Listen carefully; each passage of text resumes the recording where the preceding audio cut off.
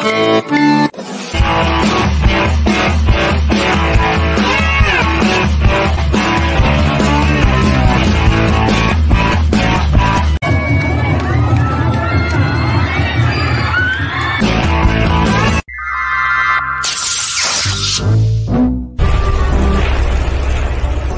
day mga ka-istorya. For today's episode, lilibutin naman natin ang bayan ng Florida Blanca, Pampanga. Makikita nyo sa aking kanan na dadaanan ang pinakabungad ng town ng Florida Blanca na kung saan makikita natin ang FDHI or Florida Blanca Doctors Hospital Incorporated, na para bang nagsasabing you're safe with us. Ito po yata ang pinakabagong hospital dito. Doon, ang District Hospital na Romana Pangan District Hospital, makikita naman around 15 to 20 minutes from here. Kung mapapansin ninyo, ang daming puno na very welcoming ang paligid. At sa right side natin ay may mga resort. Napakaganda ng daan. Very cool. Ating kilalanin ng Papiaw ang bayang ito at dito na rin tayo maghahanap ng pagkain. Titikman natin ang masasarap na lutong Florida Blanca.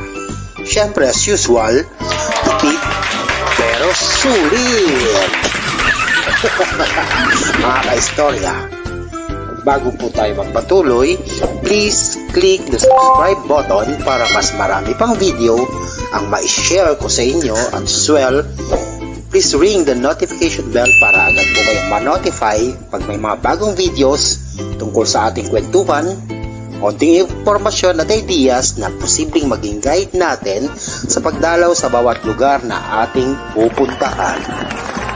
Ito po si Kaloy at ito ang Kaloy's Istorya.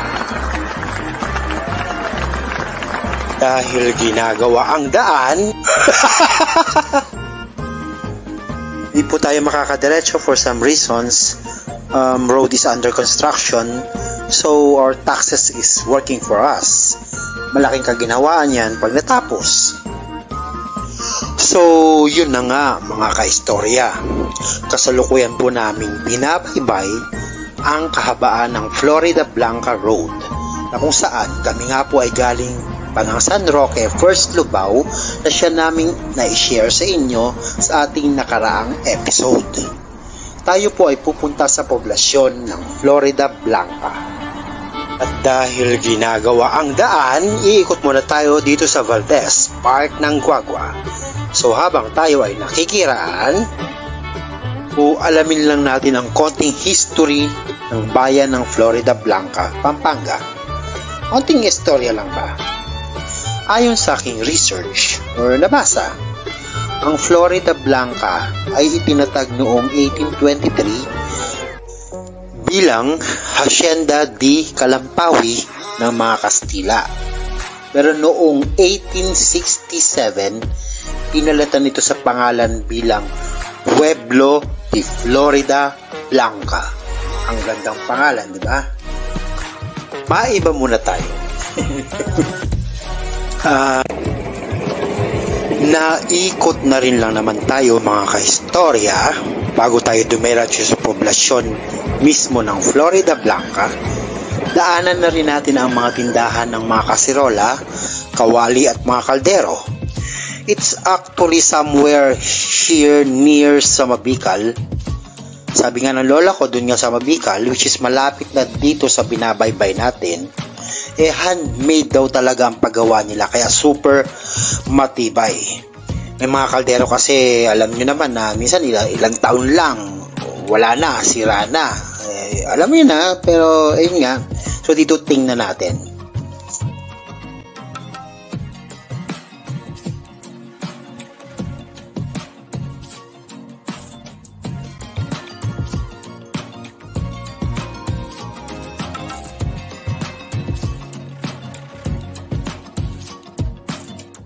No, medyo malayo din itong iikutan natin, no, pero okay lang.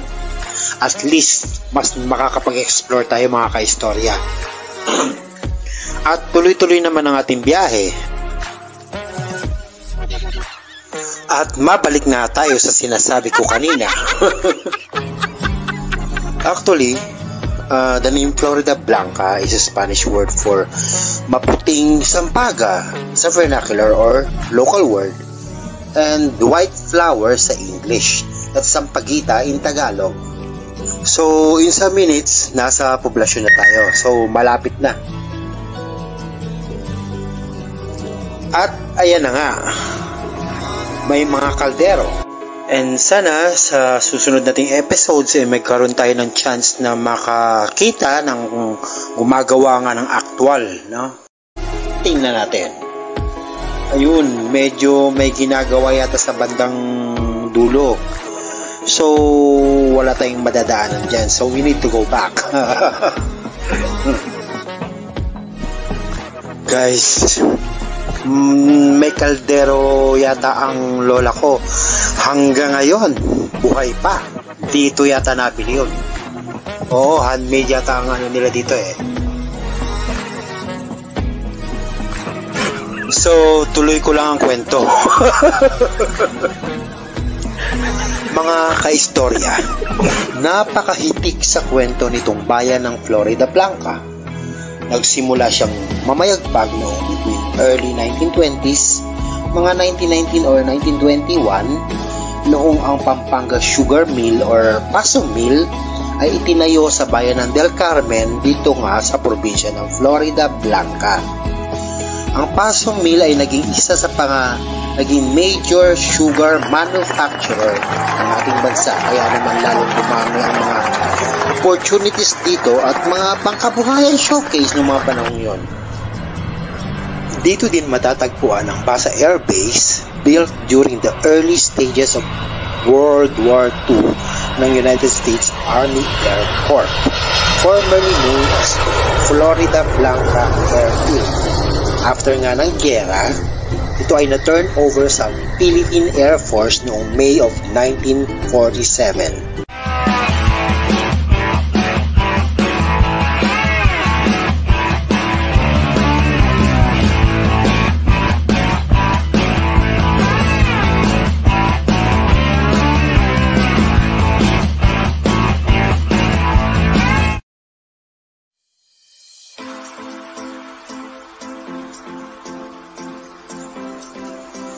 Isa ang Florida Blanca sa halos matabunan ng lahar nung pumutok ang Mount Pinatubo taong 1991 na aking ikukwento sa aking susunod na episode.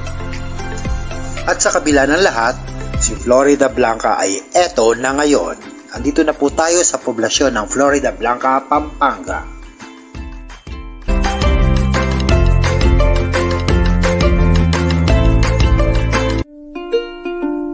So, ayan, nakikita natin ang Florida Blanca Sports Center. At ang harap naman ito ay ang Municipal Hall. Kaya tara, ikot muna tayo.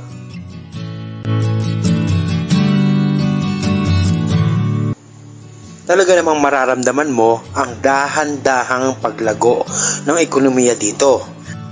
And according to 2020 census, nasa around 135,542 ang population dito, which is just 5.57% population ng buong lalawigan ng Pampanga.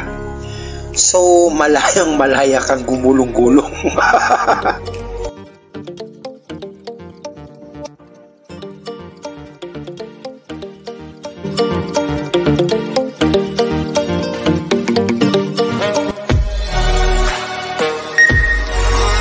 Ngayon, maghahanap tayo ng makakainan dito mga kaistorya, at balita ko, malapit lang dito ang Pariotic na kung saan napakarami kang pagpipilian, almost 30 variant.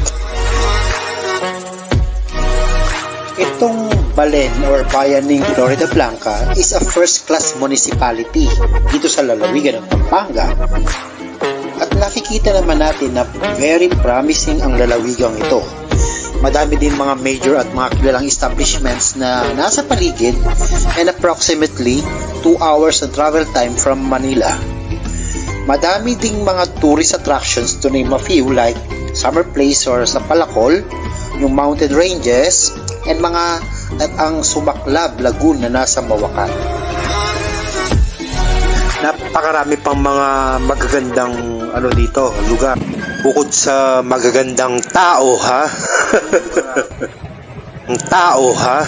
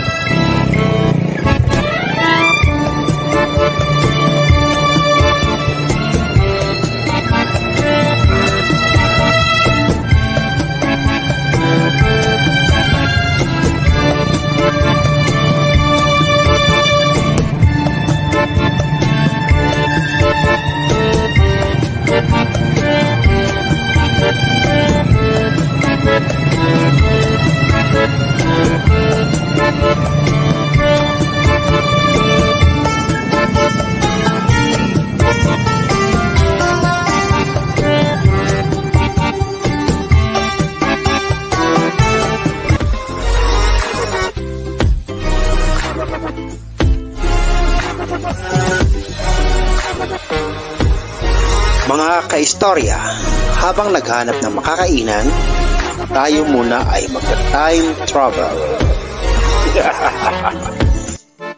Makita mo naman, talagang pang Spanish era pa, talagang na-preserve. Ganda.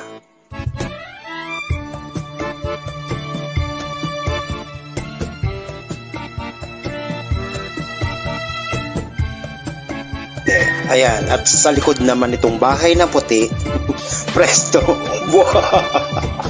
ang ating kakainan, Bariotic Eat All You Can Resto.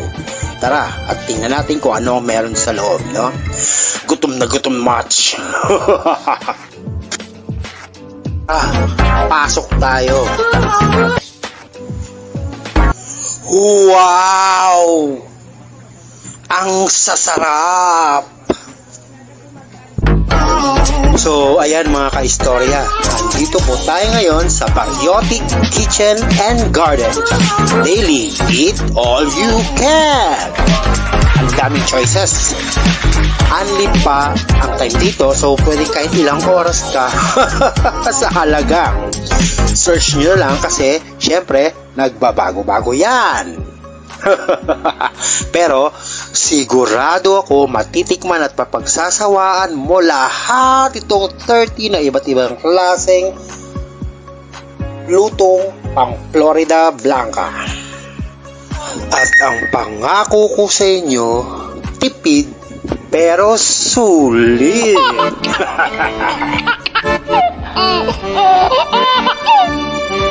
Ayan, nakikita nyo, meron ding dessert. So, kain muna guys. We will be back. Promise!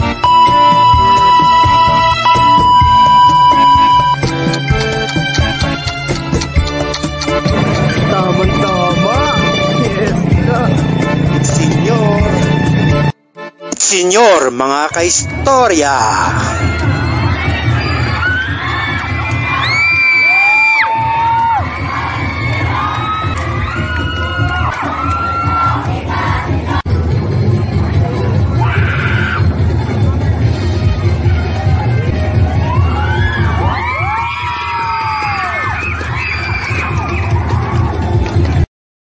Guys, sa susunod kong video ay pagpapatuloy ko ang ating kwentuhan tungkol sa aming Florida Blanca Gala, na kung saan ipapakita ko naman sa inyo ang ibang parte nitong poblasyon at napakarami pang masasayang istorya nitong nasabing lalawigan.